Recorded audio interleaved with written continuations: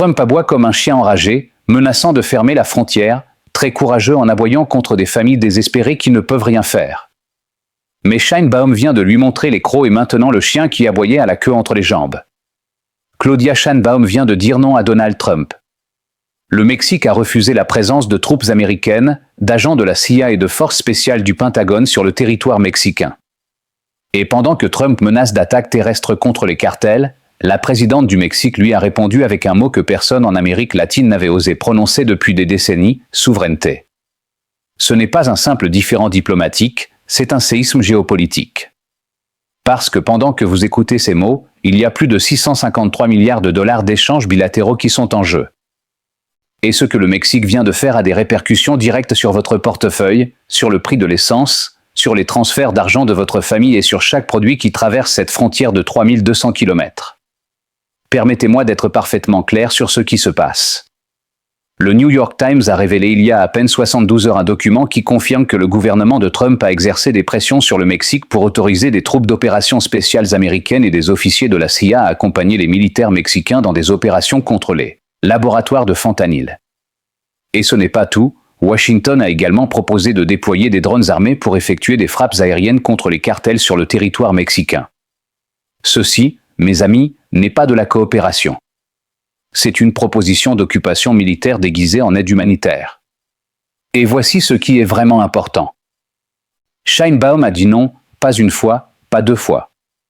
Systématiquement, le gouvernement mexicain a rejeté chacune de ces propositions. La présidente l'a confirmé publiquement depuis Ecatepec, État de Mexico. On nous a proposé que des éléments de l'une des agences ou même des militaires participent pour nous aider à combattre le crime organisé. Et nous avons toujours dit non. C'est la thèse centrale. Le Mexique vient de faire un mouvement qui met les États-Unis en échec.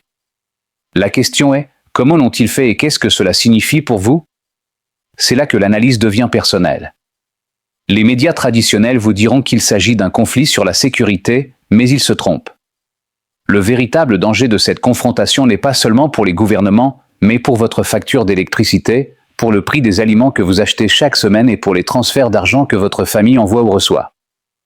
Tout repose sur un seul chiffre que les autorités viennent de publier. Bienvenue à Alerte depuis USA. Je suis Richard Wolff et aujourd'hui nous allons révéler la vérité que Washington ne veut pas que vous connaissiez sur cet affrontement historique entre le Mexique et les États-Unis. Le chiffre que personne ne vous dit est celui-ci.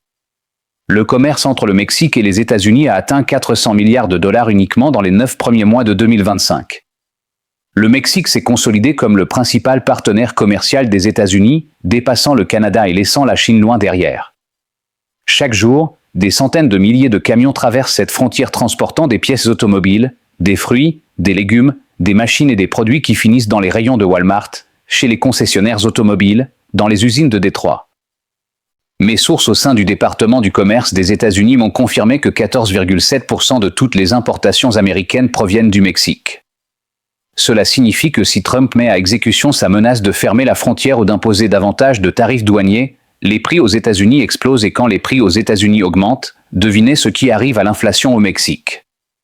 Devinez ce qui arrive au taux de change. Devinez ce qui arrive au pouvoir d'achat de votre salaire. Permettez-moi de vous montrer la première preuve qui confirme ce qui est en jeu. En janvier 2025, les importations américaines en provenance du Mexique ont augmenté de 9,6% par rapport à l'année précédente. Le Mexique s'est positionné comme le principal fournisseur des États-Unis avec une part de 13,1% équivalent à 41 679 millions de dollars en un seul mois. Un seul mois. Si vous ne me croyez pas, attendez. Des documents confidentiels du recensement des États-Unis prouvent que le Mexique est le plus grand fournisseur de véhiculés de leurs pièces pour les États-Unis avec 34% du marché. C'est le plus grand fournisseur d'équipements mécaniques avec 20,5%.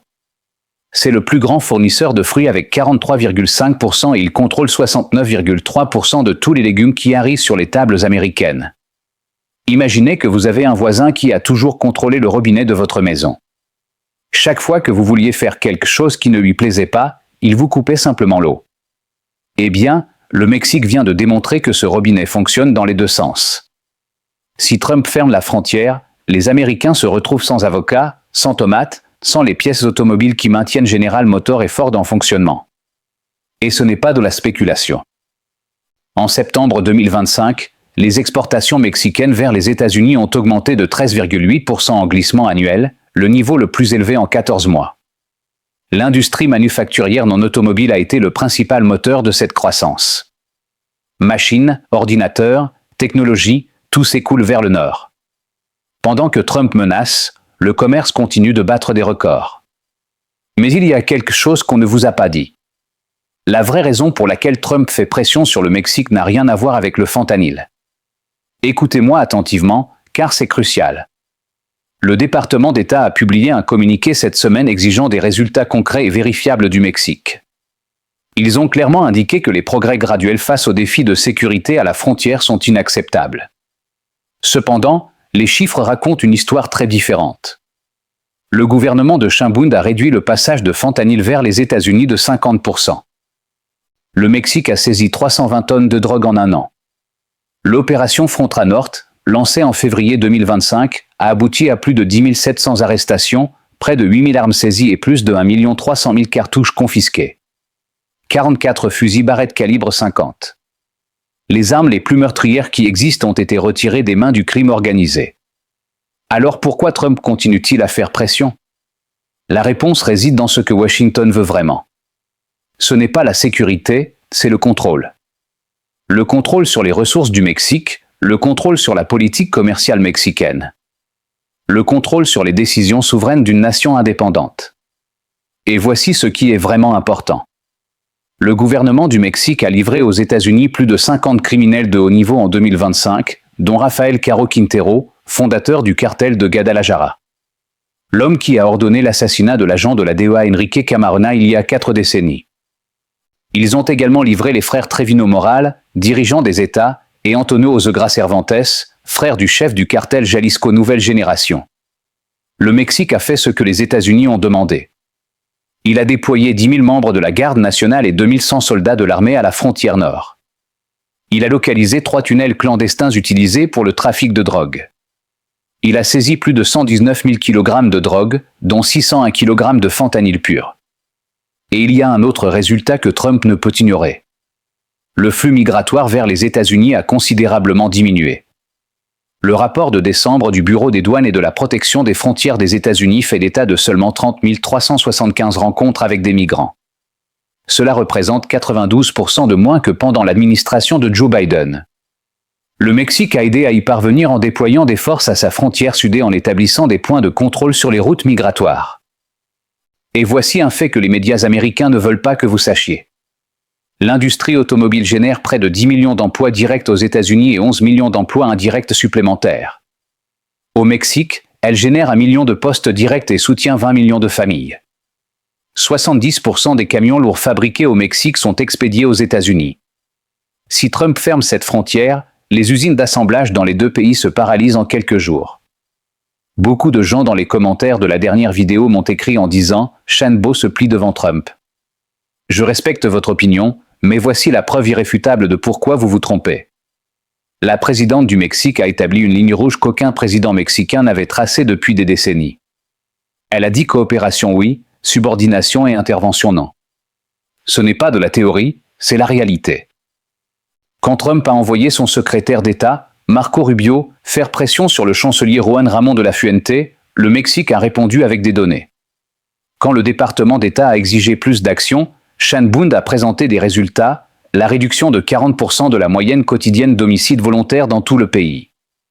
Les secrétaires Omar Garcia Jarfuch et Marcelo Ebrard sont devenus des pièces clés dans cette stratégie. ARF depuis le secrétariat à la sécurité coordonnant les opérations et présentant les résultats aux homologues américains. Ebrard depuis le secrétariat à l'économie, négociant pour éviter les tarifs douaniers et maintenant ouvert les canaux commerciaux. Les deux se sont rendus plusieurs fois à Washington. Les deux ont démontré que le Mexique peut jouer à ce jeu diplomatique avec intelligence. Et il y a quelque chose de plus que vous devez savoir.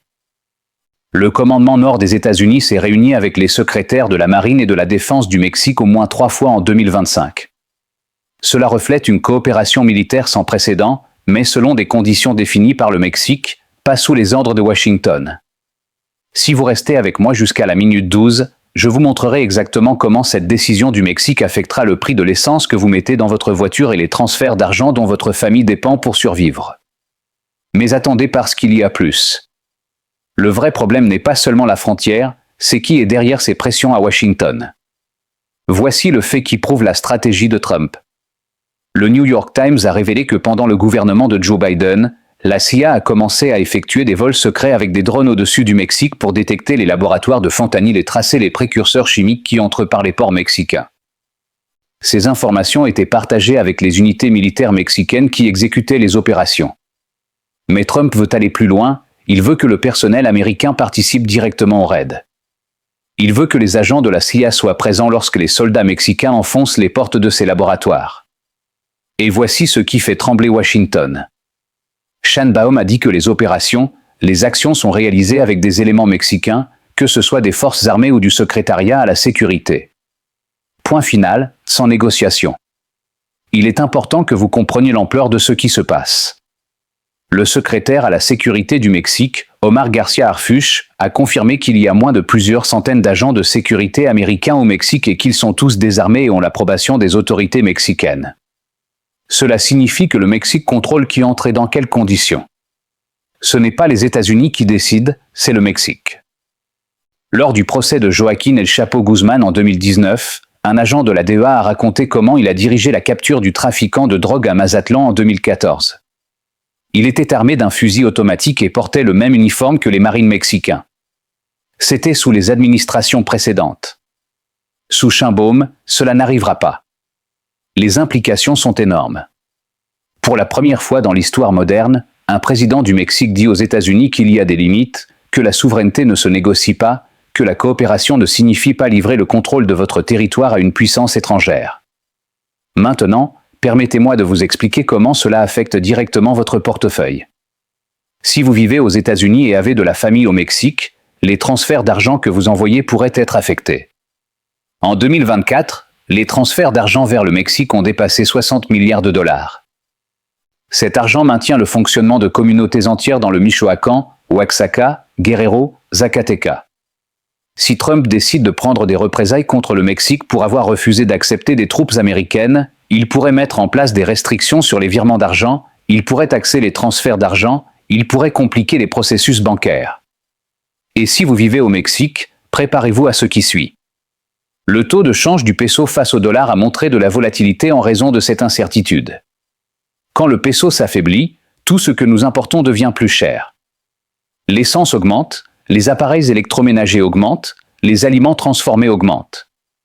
Cette inflation que vous ressentez chaque fois que vous allez au supermarché a un lien direct avec les décisions prises à Washington et au Palais national. Ce que cela signifie pour votre portefeuille est très clair. Si la tension s'intensifie, si Trump décide d'imposer le tarif de 25% qu'il a menacé sur tous les produits mexicains, les prix des deux côtés de la frontière exploseraient. Les économistes calculent qu'une fermeture de la frontière d'une seule semaine coûterait des milliards de dollars aux deux économies. Les usines automobiles du Michigan, de l'Ohio et du Texas fermeraient par manque de pièces automobiles. Les supermarchés américains verraient des rayons vides dans leur section de fruits et légumes. Et voici le fait le plus important que personne ne vous dit. Le Mexique a déjà pris des mesures préventives. Le Congrès mexicain a approuvé une réforme qui impose des tarifs de 5 à 50% sur les produits des pays asiatiques, y compris la Chine. Cette mesure a été conçue spécifiquement pour envoyer un signal à Washington. Le Mexique est prêt à restreindre le commerce avec la Chine si cela aide à maintenir la relation avec les États-Unis.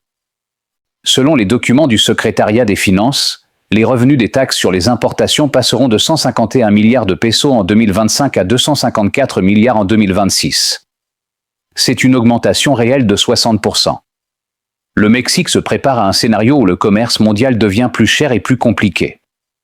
Le taux effectif des tarifs douaniers pour le Mexique s'est établi en juillet 2025 à 4,7%, bien en dessous de la moyenne mondiale de 9,7%. Le Mexique a un avantage compétitif que Trump ne peut ignorer. Attaquer le Mexique économiquement serait se tirer une balle dans le pied. Mais la question que personne ne posait, jusqu'où le Mexique est-il prêt à céder? La présidente Sheinbaum a démontré qu'il y a des lignes qu'elle ne franchira pas. Elle ne permettra pas de troupes étrangères sur le sol mexicain. Elle ne permettra pas à la CIA d'opérer librement sur le territoire national. Elle ne permettra pas aux drones américains de bombarder des cibles à l'intérieur du Mexique. 75 législateurs démocrates aux États-Unis ont signé une lettre adressée au secrétaire d'État, Marco Rubio, rejetant toute intervention militaire sans le consentement du gouvernement mexicain et sans l'approbation du Congrès. Ils ont averti qu'une incursion violerait la souveraineté du Mexique, mettrait en danger la coopération bilatérale et affecterait les intérêts économiques partagés. Cela signifie que Trump n'a même pas le soutien unanime au sein de son propre pays pour mettre en œuvre ces menaces. L'ordre mondial est en train de changer. La doctrine Monroe, cette idée que les États-Unis peuvent faire ce qu'ils veulent en Amérique latine, est en train de mourir. Permettez-moi de relier cela au panorama mondial plus large. Pendant que Trump fait pression sur le Mexique, la Chine étend son influence dans toute l'Amérique latine. Le commerce entre la Chine et la région a atteint des niveaux records. Les BRICS continuent de croître. La dédollarisation avance. Le Mexique, avec sa position stratégique entre le Nord et le Sud, entre le Pacifique et l'Atlantique, devient une pièce fondamentale sur ce nouveau plateau géopolitique. Et il y a un autre facteur que peu de gens considèrent. La révision de l'IOMC est prévue pour 2026. Ce traité commercial entre le Mexique, les États-Unis et le Canada est la colonne vertébrale du commerce régional. Si les tensions s'intensifient, cette renégociation devient beaucoup plus compliquée. Les experts avertissent que Trump pourrait utiliser la révision du traité comme un autre outil de pression contre le Mexique. La flotte de camions de fret du Mexique a diminué de 0,2% en glissement annuel, marquant la première contraction en plus d'une décennie. Plus de la moitié des camions actifs ont plus de 20 ans. L'infrastructure de transport est sous pression et cela affecte directement la vitesse à laquelle les produits traversent la frontière. Et Sheinbaum le sait. C'est pourquoi sa réponse à Trump n'a pas été soumise, elle a été calculée, elle a été stratégique. Elle a dit respect mutuel et responsabilité partagée. Traduction. Vous devez faire votre part aussi. Réduire la consommation de drogue aux États-Unis, arrêter le trafic d'armes vers le Mexique, combattre le blanchiment d'argent dans les banques américaines. Les prochains mois seront décisifs pour déterminer l'avenir de cette relation. En février, une réunion ministérielle sur la sécurité est prévue à Washington, où les deux gouvernements évalueront les progrès et définiront la voie à suivre. Et en juin, la Coupe du monde de football 2026 sera inaugurée à Mexico, partagée également aux États-Unis et au Canada. Cet événement représente une opportunité de démontrer que la coopération trilatérale peut fonctionner, mais il représente aussi un risque. Si les tensions s'intensifient avant juin, si Trump décide de prendre des mesures unilatérales contre le Mexique, la Coupe du monde pourrait devenir un théâtre de confrontation au lieu d'une célébration. Il y a 3 scénarios possibles pour les 12 prochains mois. Le premier scénario est la coopération contrôlée. Le Mexique continue de livrer des résultats en matière de sécurité. Les États-Unis reconnaissent ces progrès et les deux pays maintiennent une relation fonctionnelle bien que tendue. Dans ce scénario, votre économie personnelle ne subit pas de grands changements. Les transferts d'argent circulent normalement, les prix restent stables. La frontière reste ouverte. La présidente Sheinbaum a eu au moins 15 appels téléphoniques directs avec Trump en moins d'un an, un niveau de contact inhabituel qui reflète à la fois la fragilité et l'importance de cette relation. Le deuxième scénario est l'escalade progressive. Trump impose des tarifs électifs sur certains produits mexicains. Le Mexique répond avec des mesures similaires. Le taux de change s'affaiblit, l'inflation augmente, les investissements se paralysent en raison de l'incertitude. Nous avons déjà vu quelque chose de cela quand le tarif de 25% sur les camions lourds est entré en vigueur le 1er novembre 2025. Les exportations de véhicules lourds du Mexique ont chuté de près de 60% en un seul mois. Dans ce scénario, vous ressentez l'impact chaque fois que vous allez à la station-service, chaque fois que vous payez l'électricité, chaque fois que vous achetez de la nourriture. Le troisième scénario est la confrontation ouverte. Trump ordonne une sorte d'opération militaire sur le territoire mexicain sans autorisation. Le Mexique rompt la coopération bilatérale, le commerce se paralyse, les transferts d'argent se compliquent, la frontière se ferme partiellement ou totalement. Ce scénario serait catastrophique pour les deux économies, mais surtout pour les familles qui dépendent de l'échange quotidien entre les deux pays. La géopolitique, n'est-ce pas ?